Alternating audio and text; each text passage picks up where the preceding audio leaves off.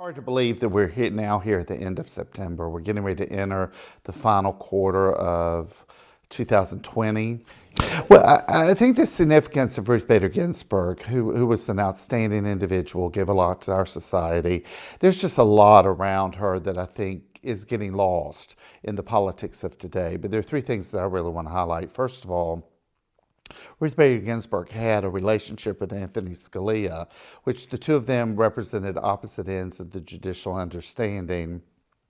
And yet they were able to be civil with one another. They actually were friends with one another. And I'm sure they had strong intellectual debates with each other. And I think that's something that we're kind of missing today in the midst of the politics. And I think with both of them having now passed away, we're now missing those kind of visible individuals who really know how to engage even those who have opposite perspectives. It's interesting, one of my heroes, Roger Williams, who helped found this country, one of the things, he was the one who first pushed out freedom of conscience, freedom of assembly, which were huge in the whole understanding of the American concept of freedom of religion.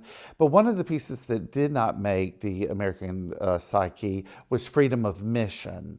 And for him, he called freedom of mission was the exchange of religious ideas, that you didn't force someone to believe something. He didn't believe that you could force someone to do it, but he thought that the society and the public square should have very active conversations and debates and arguments about religious thought. And he said the cross-fertilization of that actually would make us better people if we had it. So I just think Ruth Bader Ginsburg embodied that when she encountered Anthony Scalia. So I thought that was very important. Second thing I think is important is I think anybody who has benefited from women's equality, go see the movie RBG if you have not, and see the progression, the architecture that she did to create a legal argument for women's equality.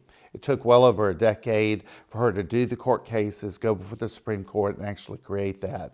But it's what a lot of individuals are benefiting from today because of her unique ability to craft the legal argument for women's equality. In American society, we have gotten into a problem these days of clustering, where we're creating these kind of vacuums of just hearing what we normally know and want. And so we've clustered ourselves to where we're only surrounding ourselves around people who politically, ideologically think the way we do. And the reality is we're better people if we're around folks that are encouraging us to think about other perspectives and seeing that as a benefit toward us.